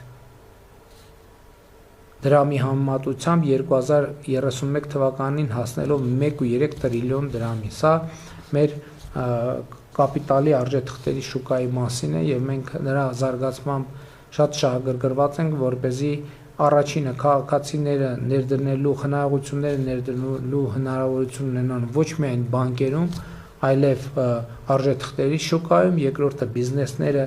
ֆինանսական միջոցներ ներգրավելու հնարավորություն ունենան ոչ միայն բանկերից, այլև արժեթղթերի շուկայում թողարկումներ իրականացնելու միջոցով։ Այսօր էլ կա այդ հնարավորությունը, բայց մենք այդ հնարավորությունը ուզում ենք դարձնել ավելի մեծ եւ ավելի մատչելի թե բիզնեսի եւ թե քաղաքացիների համար։ 62-ը սուբվենցիոն ծրագրերի շարունակական ապահովում որակի վերահսկողության ավելի հուսալի մեխանիզմի ներդրմամբ։ Դե սիրելի քաղաքացիներ, բոլորդ էլ տեսել եք, թե սուբվենցիոն ծրագիրը ինչ փոփոխություններ է բերել ձեր համայնքներում, ձեր միջավայրերում, մենք այդ ծրագիրը նույն ինտենսիվությամբ շարունակելու ենք, իհարկե հնդածս տարբեր ծրագրերով կնայենք համայն կառավարության մասնաբաժինների հարցը, բայց որ ծրագիրը շարունակվելու է միանշանակ։ 63. Պետական գույքի կառավարման համակարգի ամբողջական թվայնացում մինչև 2027 թվականի ավարտը։ Համայնքային գույքի կառավարման ամբողջական թվայնացում մինչև 2030 թվականի ավարտը։ Մենք ուզում ենք, որ նաև պետական գույքի կառավարումը, մասնավորեցումը, վաճառքը գույքերի լինի էլի թվային հարտակներում, որպեսզի դա հասանելի լինի բոլորին, տեսանելի լինի բոլորին, եւ ես մենք այս նպատակը կիրագործենք։ 64. Հակակոռուպցիոն միջազգային վարկանիշների շարունակական բարելավում, հակակոռուպցիոն կրթության եւ իրազեկվածության մակարդակի ավելացում։ Մենք 2018 թվականի հեղափոխությունից հետո հսկայական առաջընթաց ենք ունեցել հակակոռուպցիոն պայքարի միջազգային վարկանիշերում, վերջին տարիներին որոշակի լճացում է զգացվում, մենք շատ հետ չենք գնում, բայց առաջ էլ չենք գնում, մենք առաջիկայում այս խնդիրը պետք է լուծենք, որպեսզի մենք շարունակական աճ արձանագրենք միջազգային վարկանիշներում։ 65. Սոցկրեդիտների համակարգում հասարակական կազմակերպություններին եւ լրատվական միջոցներին նվիրատվությունների համակարգի ստեղծում։ Սա ինչի մասին է։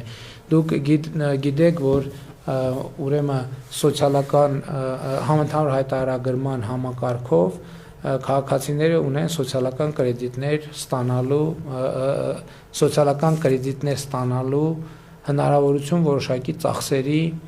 դիմաց, առողջապահական եւ կրթական ծախսերի։ Մենք հիմա ուզում ենք ստեղծել հնարավորություն, որ քաղաքացիները որոշակի սահմանաչափով գումարներ հնարավորություն ունենալ նվիրել լրատվամիջոցների եւ հասարակական կազմակերպությունների, որպեսզի այդ լրատվամիջոցները եւ հասարակական կազմակերպությունները ֆինանսավորվեն ավելի շատ հանրության կողմից եւ բնականաբար ավելի մեծ պատասխանատվություն ունենան եւ հաշվետվողականություն հանրության առաջ։ 66. Հանրային գնումների ոլորտին թափանցիկության եւ օրինականության ապահովում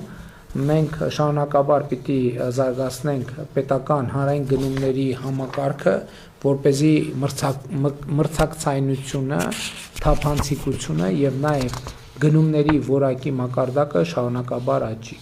67. Ապօրինի, այդ թվում կոռուպցիոն եղանակով ստացված ակտիվների վերադարձի գործընթացի շարունակականություն, որը ներառելու է ապօրինի սեփականաշնորհված եւ վարձակալությամբ վերցված անտառների, լողափերի, զբոսայգիների ու պուրակների, ինչպես նաեւ կրթական հաստատությունների եւ այլ հանրային տարածքների վերադարձ համայնքներին ու պետությանը վերականգնված միջոցների միասնական հաշվեհամարի շարունակական համալրում, ապօրինի ծագում ունեցող անշարժ ու շարժական գույքերի վերադարձ հանրությանը, սա վերաբերում է բարձրաստիճան պաշտոնյաների կողմից գույքի եւ պաշտոնյաների կողմից գույքի ապօրինի սեփականաշնորհմանը կամ վարձակալությանը։ Իհարկե ես պարբերաբար ներկայացնում եմ այդ process-ները գնում են եւ արդեն վճռաբեկ դատարանը ունի նախադեպային վճիռ, բազմաթիվ գույքեր վերադարձրել են, ես դա ներկայացնում եմ հատիկ առ հատիկ խորագրով իմ Facebook-յան էջում, նաեւ ուզում եմ ընդգծել, որ խորհրդանում էլ ասացի, որ քաղաքական ուժեր կան, թե ասում են, պատշաճ ձևով սպասվող ծավալներով չի իրականացվում գույքի վերադարձը, հետաքրքիրն է նա, որ այսպես խոսում են այն քաղաքական ուժերը, որոնց ներկայացուցիչները հենց այս ապօրինի գույքի գործընթացով անցնում են եւ նրանք այս խոսույթը փորձում են օգտագործել հանրության շրջանում հիասթափություն առաջացնելու համար։ Այո, տեմպերի հետ կապված մենք խնդիր ունենք, բայց դա նաեւ նրանից է, որ էլ եմ ասում, սիրելի ժողովուրդ, մենք մաֆիայի գույքն ենք իր ձեռից վերցնում, մենք մաֆիայի դեմ ենք պայքարում եւ մաֆիայի դեմ պայքարը այդքան հեշտ չի եւ ինչ այլոց մենք միակ քաղաքական ուժն ենք, որ շարունակում ենք, բոլոր են քննադատողները, որ լավ չի իրականացում պետական ապօրինի գույքի վերադարձը, իրենցից ոչ մեկը չի ասում, այ որ մենք գանք իշխանության, ավելի լավ դա կանենք, որովհետև իրենց 90%-ը հենց այս ապօրինի գույքի վերադարձի process-ի թիրախն են, Այս նրբության վրա ուզում եմ շատ ուշադրություն դարձնել։ Նրանք ուզում են հանրության շրջանում հիասթափություն առաջացնել, բայց այդ հիասթափության առաջացման արդյունքում իրենց ակնկալած արդյունքը ոչ թե այնա, որ ապօրինի գույքը ավելի մեծ տեմպերով վերադարձվի, այլ այդ գործընթացը կանգնեցվի եւ իրանք այն process-ները, որ գնում են իրենց գույքերը վերադարձնելու ուղղությամբ այդ process-ը ուղղակի կասեցվի, այս նրբությունը խնդրում եմ գնահատեք եւ ուզում եմ ասել նաեւ, որ մենք արդեն process ենք սկսել այլ երկրում, Ամերիկայի Միացյալ Նահանգներում վաճառված գույքի գնի վերադարձի, փողի վերադարձի ուղղությամբ Հայաստանի Հանրապետության։ Խոսքը վերաբերվում է արդեն մամուլում եղել է, տեսել եք երևի, նախկին նախարար Գագիկ Խաչատրյանի Միացյալ Նահանգներում վաճառված գույքի գնի մի մեծ մասը բնականաբար վերադարձնելու, որովհետև Միացյալ Նահանգների կառավարությունը իր արած ծախսերն է պահելու եւ այնտեղ իրենք Խաչատրյանների ընտանիքի հետ հաշտություն են կնքել եւ մի որոշակի տոկոս թողնվելու է նրանց եւ գույքի մոտավորապես գնի մոտավորապես 70%-ը փոխանցվելու է Հայաստանի Հանրապետություն, խոսքը մոտավորապես 15-ից 20 միլիոն դոլարի մասին է։ 68 պետական ֆինանսների կառավարման թվայնացման համակարգի ամբողջական ներդրում։ Սա նրա մասին է, որ մենք թվային ճանապարհով ավելի ամբողջական տեսնենք պետական ծախսերը ոնց են արվում, ինչ արդյունավետությամբ են արվում, կատարողականները, կառավարությունը, ֆինանսների նախարարությունը, վարչապետը, մենք բոլորս առցանց on-line ռեժիմով կարողանանք տեսնել, թե ինչպես են ընթանում պետական ծախսերը եւ ինչ որակով։ Ֆիսկալ դեֆիցիտի աստիճանական նվազում առավելագույնը մինչև հնայի 2%-ով։ Հարկեր հնա հարաբերակցությունը կկարողանա 26% մակարդակում։ Պարտքի սպասարկման տոկոսային ծախսերը բյուջեի եկամուտներում կնվազեն 10.1%-ից 2025 թվականի առնվազն 2%-ային կետով ժամանակաշրջանի վերջում։ Այսինքն մենք այսպիսով իրականացնելու ենք Հայաստանի Հանրապետության պետական պարտքի աստիճանական նվազման գործընթաց, չնայած ելի եմ ասում, որ մեր պետական պարտք հնա հարաբերությունը գտնվում է միջին մակարդակում, այսինքն բոլոր միջազգային ստանդարտներով մենք պարտքի մակարդակով գտնվում ենք ընդհանրապես ոչ ռիսկային գոտում եւ կանաչ գոտում, որտեղ ընդհանրապես որևէ խնդրեմ չկա։ 70 դատարանների ընդհանուր միջին ծանրաբեռնվածության նվազեցություն առնվազն 30%-ով։ Նու մենք այստեղ բոլոր ջանքերը դնելու ենք, որպեսզի դատավարությունները հնարավորինս արագ հանգուցալուծվեն։ 71 դատական շենքերի եւ դահլիճների նոր ստանդարտի աստիճանական ներդրում։ Մենք կարծում ենք, որ արդարադատության մաս է, որ դատական process-ները տեղի ունենան ժամանակակից բոլոր պահանջներին համապատասխանող դահլիճներում եւ շենքերում եւ մենք լայնածավալ ծրագիր ենք իրականացնում սկսելու դատական նիստերի դահլիճների վերակառուցման, կառուցման, հիմնանորոգման ուղղությամբ, որպեսզի ապահովի նաեւ արդարադատության ֆիզիկական ենթակառուցվածքը։ 72 աղետների վաղ ազդարարման համակարգի ամբողջական ձևավորում, վտանգավոր հիդրոթերապևտաբանական երևույթների վաղ նախազգուշացման համակարգի հիմնում, այդ թվում գետերի մոդելավորում, կառավարման եւ ռիսկերի գնահատման թվայնացված համակարգի գործարկում։ Հիմա օրինակ այս օրերին մենք շատ լարված ենք, այսքան անձրև է գալիս, անընդհատ մոնիտորինգ ենք անում, այդ թվում ակնադիտական եղանակով գետերի վիճակը, որպեսզի հանկարծ շատ բարձրացումներ չլինեն։ Նույն մենք պետքա թվային համակարգներ դնենք, որպեսզի մեզ կառավարման կենտրոններում էլեկտրոնային թվային եղանակով բոլոր հնարավոր վտանգները մոդելավորվեն եւ վաղ ազդարարվեն, որպեսզի մենք այդ հնարավորությունը ունենանք կանխարգելելու պոտենցիալ վնասները։ 73 հանցավորության քրեաբանական, այդ թվում արհեստական բանականության կիրառմամբ, վերլուծական կառույցի ձևավորում, ոստիկանության գործունեության ստանդարտացում, թվային ոստիկանության ձևավորում։ Սա շատ կարևոր է, որպեսզի որովհետև արհեստական բանականությունը մեզ թույլ է տալիս միտեղ լցնել հանցագործությունների մասին ինֆորմացիան եւ արհեստական բանականությունը մեզ կարող է ցույց տալ չափանիշներ եւ որոշակի ընդհանուր գծեր, թե ինչպես ինչ պայմաններում են իրականացվում հանցագործությունները ավելի շատ։ Այսինքն օրինակ հանցագործությունների ինտենսիվությունը կապ ունի արդյոք եղանակի հետ, ինչի հետ կապ ունի, այլ ինչ տվյալ կա, եւ սա մեզ հնարավորություն կտա ավելի թիրախային զբաղվել հանցագործությունների կանխարգելման, ռիսկային հատվածները, միջավայրերը, անձանց շրջանակը ավելի լավ պատկերացնելու միջոցով։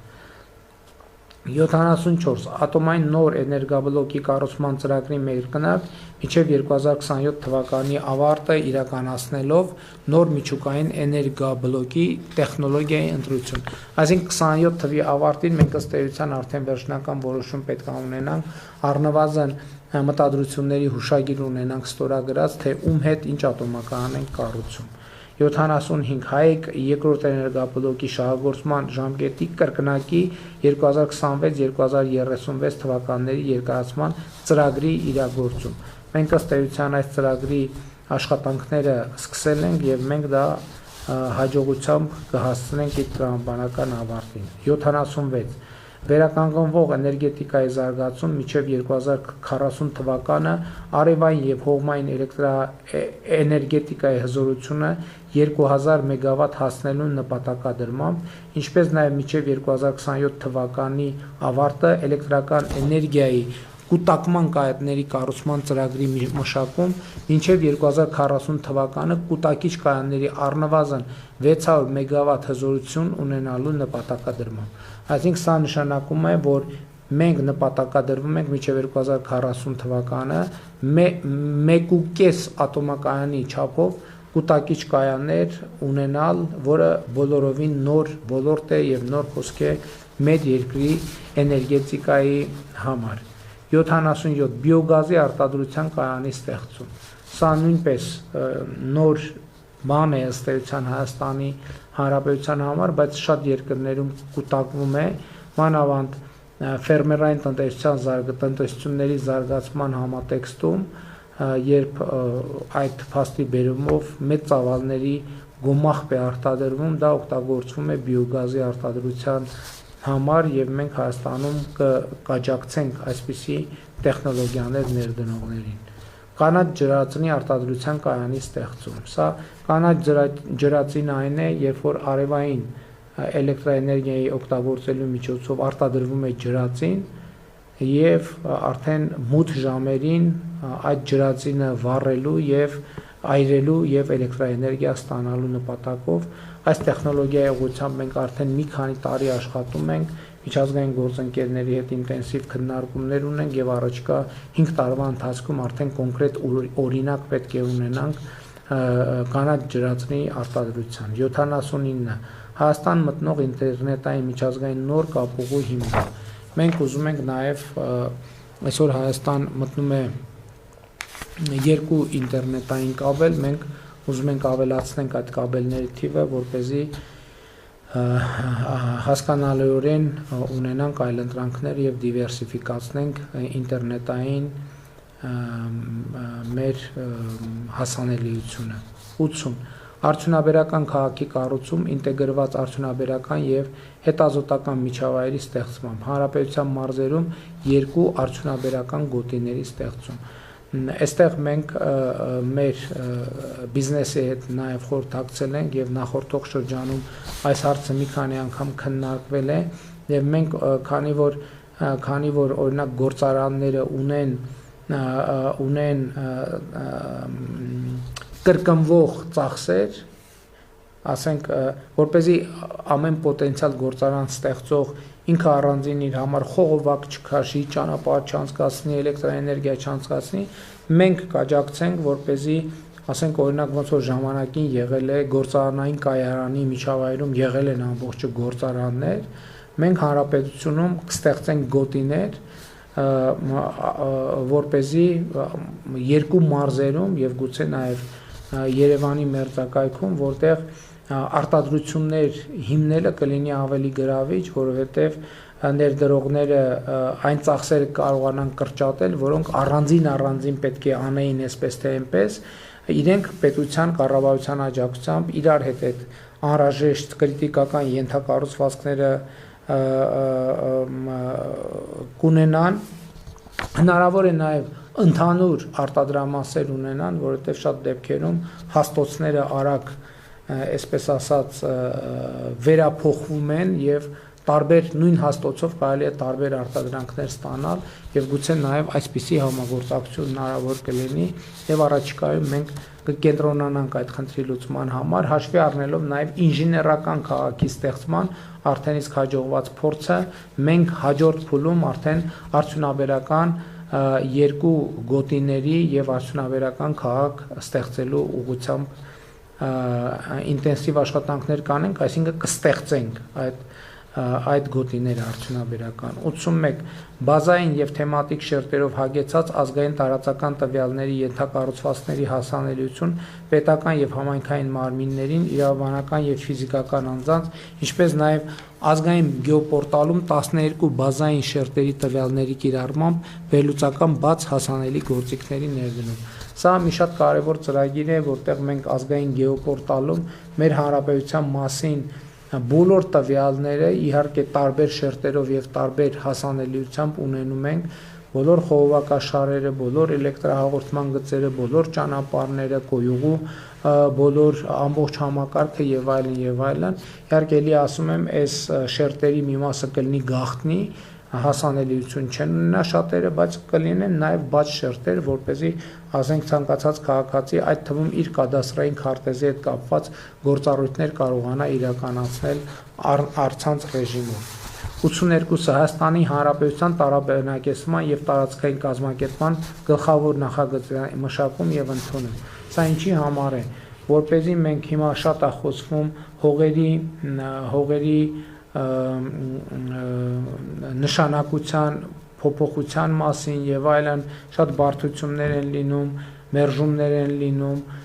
սա կապված է նրա հետ, որ մենք ընդհանուր առմամբ պետքա պատկերացում ունենանք, թե մեր հանրապետության տարածքի որ հատվածը ինչ ֆունկցիա պետքա ունենա, որովհետեւ մենք պետքա հստակ նշենք, որ այս հատվածը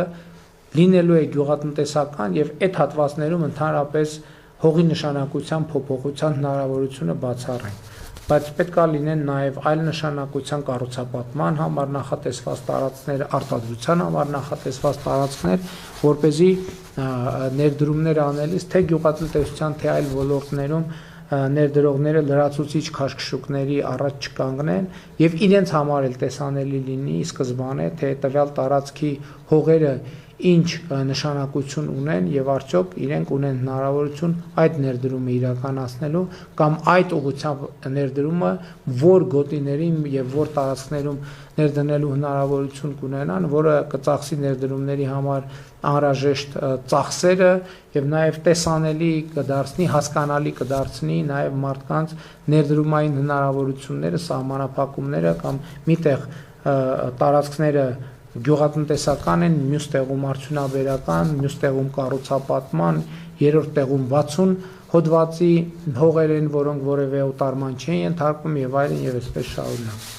83 քաղաքաշինական նորմերի եւ ստանդարտների ներդաշնակեցում ԵՄ նորմերի շինարարության ներառյալ ճանապարհաշինության նոր ստանդարտի սահմանում։ Սա շինարարության եւ շին հրապարակների որակի մասին է։ 84 Երևանի Կոնդ թաղամասի քաղաքաշինական միջավայրի արդիականացման ծրագրի իրականացման մեկնարկ։ Արդեն իսկ Կոնդի վերակառուցման նախնական նախագիծը կա եւ մենք առաջիկայում այս ուղղությամբ աշխատանքները կինտենսիվացնենք։ 85 Երևանի Կասկադ մշակութային հանգույց ճարտարապետական ներդրումային ծրագրի իրագործում մինչև 2031 թվական։ Այս ներդրումային ծրագիրը կառավարությունը ընդունել է եւ մինչև 2031 թվականը պետք է ավարտենք։ Նորագյուղի Downtown Երևան քաղաքաշինական ներդրումային ծրագրի իրականացում մինչև 2036 թվականը, բայց մենք արդեն հաջորդ տարվա մեջ այս ներդրումային ծրագիրը կսկսենք։ 87 Դալմայի քաղաքային այգում բնահեն լուծումներով կառուցում, Մայրաքաղաքի կանաչ ֆոնդի ավելացում 230 հեկտարով, Երևանում Հրազդանի կիրճի ռեկրեացիոն գոտու ստեղծման աշխատանքների մեկնարկ 2036-ին ավարտելու նպատակադրումով, Երևանի Նորբ Մարաշ վարչական շրջանում առնվազն 7 հեկտար քաղաքային անտառ պուրակի ստեղծում։ Արդեն շատ խոսուն է լրացուցիչ մեկնաբանության անհրաժեշտություն չեմ տեսնում, Երևանում կանաչ գոտիները պետք է էականորեն ավելանան։ 88 Սևանի առափնյա տարածքի քաղաքաշինական եւ տնտեսական ներուժի վերագնահատում առավելագույն օգտագործում բնապահպանական ժամանակակից ստանդարտներին համապատասխան։ Այս թեմայի մասին էլ ենք խոսել, որ Սևանի շուրջ պետք է լինեն, ինչպես ընդունված է ասել, էկո-ֆրենդլի ներդրումներ, որպեսզի դրանից Սևանը ոչ միայն չտուժի, այլև Սևանի ջրի որակը եւ ընդհանրապես Սևանի պահպանման խնդիրը հիմնահարցը ավելի շատ, այսպես ասած, սեփականատերեր ունենա, որ ավելի շատ մարդիկ շահագրգռված լինեն Սևանի մաքրությամբ, որովհետեւ դրանից կախված է լինելու նաեւ իրենց տնտեսվարում է իրենց բիզնեսը։ 89 ամեն հաջորդ տարի Սևանալճից 5 միլիոն խորանարդ մետրով պակաս ջրառ, այսինքն ամեն տարի մենք Սևանից ավելի պակաս ջուր վերցնենք եւ սա շատ կարեւոր խնդիր է։ 90 էկոպարեկային ծառայության կողմից ժամանակակից հսկողական տեխնոլոգիաների միջոցով ՀՀ ամբողջ տարածքում 24/7 ռեժիմով անտառների եւ բնության հատուկ պահպանվող տարածքների պահպանություն, կենսաբազմազանության պաշտպանությանն ու զարգացմանն ուղղված միջոցառումների իրականացում, այսինքն մենք էկոպարեկների ծառայությունը ամբողջությամբ առաջիկա 5 տարվա ընթացքում կիրականացնենք հանրապետությունում։ Կենսաբանական անվտանգության եւ մարդու առողջության վրա շրջակա միջավայրի, կլիմայի փոփոխություն, օդ, ջուր, ազդեցության կառավարման համակարգի ներդրում, շրջակա միջավայրի ճառագայթային մոնիտորինգային ինքնաշխատ համակարգի ընդլայնում, միջազգային չափանիշներին համապատասխան մթնոլորտային օդի որակի համապատասխան մոնիտորինգի համակարգի ստեղծում, 16 ժամանակակից դիտակայան ռեֆերենս լաբորատորիա ունենալու միջոցով, շրջակա միջավայրի ճառագայթային մոնիտորինգի 24/7 ռեժիմով աշխատող ցանցի ընդլայնում 2028 թվականին։ Իհարկե օդի եւ ճառագայթային վիճակի անդադար մոնիտորինգ պետք է լինի եւ դրանից բխող միջոցառումների ձեռնարկում, որպեսզի մենք օդի որակի հետ կապված խնդիրները ֆունդամենտալ ձևով հասկանանք։ 92 Բնակարանային ֆոնդի ռենովացիա, շենքերի տանիքները, կանաչ շնչող տանիքների վերափոխման ծրագրի իրականացում, վթարային շենքերի խնդրի լուծման ներդրումային ծրագրի խթանում։ Մենք հիմա առաջինը վթարային շենքերի հարցը պետք է լուծենք, ասել եմ, ներդրումային ծրագրերի միջոցով եւ նաեւ շենքերի տանիքների խնդիրը պետք է լուծենք։ Մենք նպատակ ունենք շենքերի տանիքները վերածել նաև ժամանակակից լուծումներով, այնտեղ որտեղ հնարավոր է կանաչ տարածքների, որը Երևանում հատկապես կծառայի, նույնպես կծառայի օդի որակի եւ կանաչ տարածքների ընդլայնման նպատակին։ 93 ՊՆ համակարգում 2000-ականներից ձևավորված երկարամյա զինծառայողների, զինթոշակառուների, զոհված եւ հաշմանդամություն ձեռք բերած զինծառայողների բնակարային պարտավորությունների լիարժեք մարում, այսինքն 2000-ականներից հերթացուցակ է ձևավորվել երկարամյա զինծառայողների, զինթոշակառուների, զոհված եւ հաշմանդամություն ձեռք բերած զինծառայողների բնակարանային պարտավորությունների մենք հիմա հույս ունեմ առաջիկայում կառավարության որոշումը կընդունենք 4 տարվա ընթացքում այս բնակարանների հարցերը լուծելու ենք։ 94 հասանելի բնակարան բոլորին պետական բնակարանային քաղաքականության գաղափարախոսության ձևավորում եւ ներդրում։ Մենք սկսելու ենք սոցիալական բնակարանաշինություն, իհարկե փոքր ծավալներից կսկսենք, հետո կտեսնենք հետագա ընթացքը։ 95 3000 նոր տան կառուցում սահմանամերձ եւ այլ գյուղական բնակավայրերում, այսինքն մենք 16 միլիոնի ծրագիրը զարգացնելու ենք եւ դարձնելու ենք ավելի նպատակային եւ թիրախային։ 96 1000 նոր սոցիալական բնակարանների ապահովման ծրագիր, սա նույնպես իմ ասած նախորդ ծրագրի շարունակությունն է, այսինքն հասանելի բնակարանը մի քիչ ավելի ապահովված խավի համար է, իսկ սոցիալական բնակարանը ավելի պակաս ապահովված խավի համար։ 97 Ղարաբաղից տեղահանված 10,000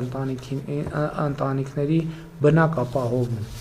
98 բազմազավատ ընտանիքների բնակարանային ապահովման պետական աջակցության ծրագրի ընդունում։ 99 Սփյուռքի հետ հարաբերությունների վերաֆորմատավորում համահայկական, մասնագիտական, իրավաբանական, առողջապահական, ձեռնարկատիրական եւ այլ երիտասարդական, ուսանողական ցանցերի ընդլայնում, զարգացում, ստեղծում եւ նրանց հետ համագործակցության խորացում։ Այն տրամաբանությամբ, որ այդ համագործակցության հիմքում առանցքում պետք է լինի Հայաստանի Հանրապետությունը եւ Հայաստանի Հանրապետության զարգացման շահերը։ 100 Սփյուռքի պետականակենտրոն կազմակերպությունների համաժողովի կազմակերպում խաղաղության պայմաններում Հայաստան-Սփյուռք գործակցության հայեցակարգ ընդունելու եւ իրագործման մեխանիզմներ ձևավորելու նպատակով։ Ահա սրանք են նաեւ այն կետերը, որոնք մենք կոնկրետացրել ենք, սիրելի քաղաքացիներ, նաեւ ես հույս ունեմ առիթ կունենամ ներկայացնելու նաեւ Հայաստանի ինստիտուցիոնալ եւ տնտեսական վերափոխման դոկտրինը, որը մեր նախընտրական ծրագրի ըստ էության անբաժանելի մաս է։ Ես ուզում եմ վերադառնալ նորից, հիշատակվեց Ղարաբաղից տեղահանված մեր հայրենակիցների բնակ ապահովման ծրագիրը, իհարկե այսօր արդեն մոտ 5000 քաղաքացի արդեն բնակարանի ձեռքբերման վկայագիր ընդունելու այդ շեմին շատ մոտ է, կամ ձեռք են բերել, կամ վկայագրեր են ստացել, կամ կստանան առաջիկայում վկայագրեր։ Մեր նպատակադրումն է Ղարաբաղի մեր հայրենակիցներին տնավորել Հայաստանի Հանրապետությունում եւ նաեւ սոցիալական որոշակի խմբերի մենք ցկյանս միայնակների մասին է հիմնականում խոսքը, մենք ցկյանս ուրեմն օթևանով ապահովելու արժանապատիվ նորմալ օթևանով ապահովելու ծրագիր նույնպես կիրականացնենք։ Ըստ էության, սիրելի հարգելի քաղաքացիներ, ես 3 օրվա այս եթերներում հասցրեցի ձեզ ներկայացնել քաղաքացիական պայմանագիր կուսակցության ծրագիր եւ ես պետքա ուղիղ ասեմ, որ հետաքրքրությունն այս եթերների նկատմամբ ավելի մեծ է, քան ես ի սկզբանե ակնկալում էի եւ ես դրա համար շատ ուրախ եմ։ Այս նշանակում է, որ այս խոսակցությունը շարունակելու եւ զարգացնելու շատ լավ եւ անհրաժեշտ նախադրյալները կան, այնպես որ առաջիկայում մենք այս բոլոր կետերի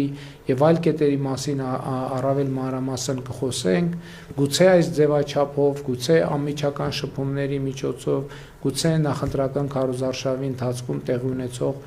հավաքներով, հանդիպումներով, հարց ու պատասխանով եւ այդպես շարունակ։ Լավ եղեք, սիրում եմ բոլորիդ, մինչ նոր հանդիպում։